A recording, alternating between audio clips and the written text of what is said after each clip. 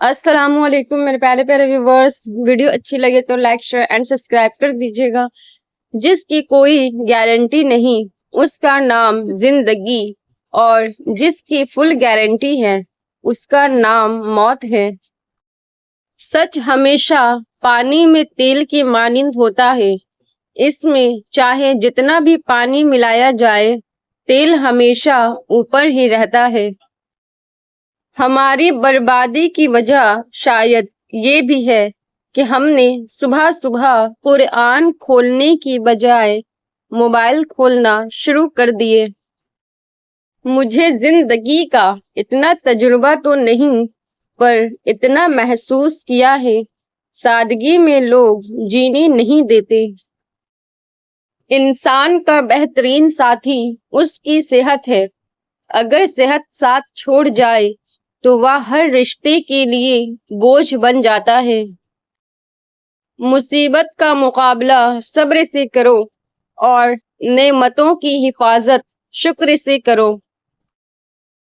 کسی کے ساتھ ہمیشہ رہنا چاہتے ہو تو اس سے تھوڑا دور رہو۔ علم یہ نہیں کہ بات کتنی گہری ہے اور الفاظ کتنی مشکل ہیں، علم یہ ہے کہ بات کتنی ضروری ہے اور الفاظ کتنے سادہ ہیں۔ زندگی ایک ایسا امتحان ہے جو صبر کی زمین پر دینا پڑتا ہے۔ جس وقت منفی سوچ جڑ پکڑے اور مایوسی انتہائی گہری ہو جائے تو سمجھ جاؤ یہ شیطان کا آخری وار ہے۔ وہ ٹھیک اس وقت پر رہا ہے جب وہ تمہارے انعام سے واقف ہو چکا ہے۔ غلط فہمی چھوٹی ہو یا بڑی اتنی زہریلی ہوتی ہے کہ سالوں کے سنہرے پل کو خاک میں ملا دیتی ہے۔ بے خوف ہونے کے لیے باکردار ہونا ضروری ہے۔ لاحاصل محبتیں زندہ دل انسانوں کو اداکار بنا دیتی ہے۔ لوگ تلخ باتیں کہنا اپنا حق سمجھتے ہیں اور ان پر فخر کرتے ہیں، لیکن دوسروں کی طرف سے تلخ باتیں سننے پر بھڑک اٹھتے ہیں۔ نبی صلی اللہ علیہ وسلم نے فرمایا، ہلکے پھلکے لوگ آگے نکل گئے۔ لوگوں نے پوچھا، اللہ کے رسول صلی اللہ علیہ وسلم، یہ ہلکے پھلکے لوگ کون ہیں؟ آپ صلی اللہ علیہ وسلم نے فرمایا، اللہ کی یاد و ذکر میں ڈوبے رہنے والے لوگ، ذکر ان کا بوجھ ان کے اوپر سے اتار کر رکھ دے گا اور قیامت کے دن ہلکے پھلکے آئیں گے۔ لوگ بد دعاؤں سے ڈرتے ہیں پر اپنے اعمال سے نہیں۔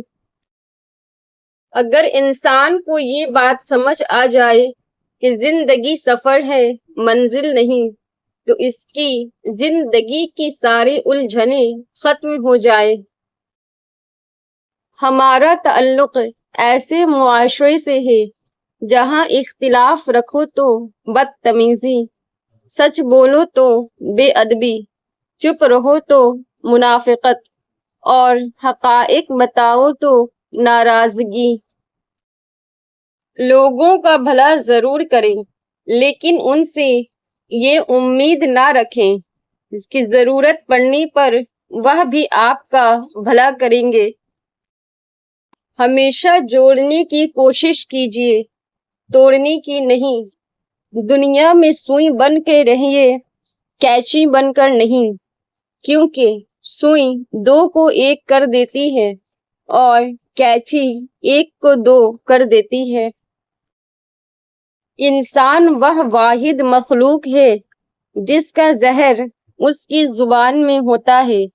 زخم تو وقت کے ساتھ بھر جاتے ہیں مگر الفاظ کے چبھنے کا درد عمر بھر رہتا ہے۔ اختلافات کا حل ڈھونڈا جا سکتا ہے مگر حسد اور بغض کا نہیں۔ ہر شخص بھلے اچھا نہ ہو لیکن ہر شخص میں کچھ نہ کچھ اچھا لازمی ہوتا ہے۔ کبھی کسی معاملے میں قاضی نہ بنو، کیونکہ ہر ولی کا ایک ماضی ہے اور ہر گنہگار کا ایک مستقبل۔ دو اعمال ایسے ہیں جن کا ثواب کبھی تولا نہیں جا سکتا، معاف کرنا اور انصاف کرنا۔ کبھی کبھی انسان کو اپنے مخلص ہو کر چلنے پر بھی رونا آتا ہے۔ بڑا بول اور برا بول دونوں ہی بھگتنے پڑتے ہیں۔ دنیا میں سب سے تیز اور اندر تک چیڑ پھاڑ دینے والے ہتھیار لفظ اور زبان ہیں۔ عمریں گزر جاتی ہیں لیکن لفظوں کے گھاؤ نہیں بھرتے۔ اگر آپ کو کوئی کہے میرے لیے دعا کرنا تو واقعی کیجیے گا، کون جانے اس لمحے دنیا اس کے دل پر کتنی بھاری پڑ رہی ہو۔ لوگوں کی باتوں سے غم زدہ مت ہو۔ پتہ ہے ہمیں نماز کیوں بوجھ لگتی ہے؟ کیونکہ ہم نماز کا مقصد نہیں جانتے۔ نماز صرف ایک ڈیوٹی نہیں ہے بلکہ ایک اپارچونیٹی ہے اللہ سے بات کرنے کی، اور اگر آپ نماز کا مطلب سمجھیں گے تو آپ کو پتہ چلے گا سورہ فاتحہ سے لے کر آخری سلام تک نماز اپنے آپ میں ساری کی ساری دعا ہے، آپ کے اور اللہ کے درمیان ہمیشہ رہنے والی دعا۔ اس اپنی عبادتوں کے معاملے میں کسی بھی انسان پر بوجھ نہیں ڈالتا۔ جہاں تک اس کی عبادتوں کی بات ہے وہاں تک اس نے ہم پر صرف وہی کچھ فرض کیا ہے جو ہم آسانی سے کر سکیں۔ اللہ ہم سب کو صراط مستقیم پر چلنے کی توفیق دے، آمین۔ انتظار کی اذیت کے بعد ہی تو یعقوب علیہ السلام کو یوسف علیہ السلام سے ملوایا گیا تھا۔ جسے سزا سمجھ رہے ہو اس دیری میں تمہارے لیے بہتری چھپی ہے۔ دعا میں نبی کو پکارنا اور نبی کا وسیلہ دینا۔ نبی کریم صلی اللہ علیہ وسلم کا فرمان مبارک ایک نابینا شخص کو فرمایا، جاؤ وضو کرو، 2 رکعت نماز پڑھو اور یہ دعا مانگو، اے اللہ میں تیری بارگاہ میں سوال کرتا ہوں اور میں نبی رحمت حضرت محمد صلی اللہ علیہ وسلم کے واسطے سے تیری طرف متوجہ ہوں۔ یا محمد، میں اپنی اس حاجت میں رب کی بارگاہ میں آپ کا وسیلہ پیش کرتا ہوں، اے اللہ میرے حق میں آپ کی شفاعت قبول فرما۔ بعض اوقات ہم ان لوگوں کو بڑی شدت سے یاد کر رہے ہوتے ہیں جن کے لیے ہم ایک فضول خیال کے علاوہ کچھ نہیں۔ تعلیم، اسکولوں، کالجوں، یونیورسٹی کی تعلیم فرض نہیں ہے۔ آج کل لوگ کہتے ہیں تعلیم نہیں تو بندہ کچھ نہیں، عالم دین کہتے ہیں نماز نہیں تو بندہ کچھ نہیں، قرآن کی تعلیم نہیں بندہ کچھ نہیں۔ آج کل لوگ کتنے دفتر میں بیٹھے ہیں مگر کلمہ پہلا صحیح نہیں آتا، نماز کی ثنا نہیں آتی۔ کیا فائدہ ایسی تعلیم کا جو انسان کو اللہ پاک کے پاس نہ کرے بلکہ دنیا کے لالچ میں لگا دے کہ بندہ یہ کما اور قبر کی تیاری کو بھول جا۔ فرض سمجھنا ہی ہے تو قرآن اور نماز کو سمجھیے، نہ کہ اسکول کی تعلیم کو۔ قیامت کے روز عذاب کے فرشتے ایک بندے کو پکڑ لیں گے، حکم ہوگا کہ اس کے اعضاء کو دیکھ لو، اس میں کوئی نیکی ہے یا نہیں۔ چنانچہ فرشتے تمام اعضاء کو دیکھ ڈالیں گے کوئی نیکی نہیں ملے گی۔ پھر فرشتے اس سے کہیں گے اب ذرا اپنی زبان باہر نکالو کہ اس میں دیکھ لیں کوئی نیکی ہے یا نہیں۔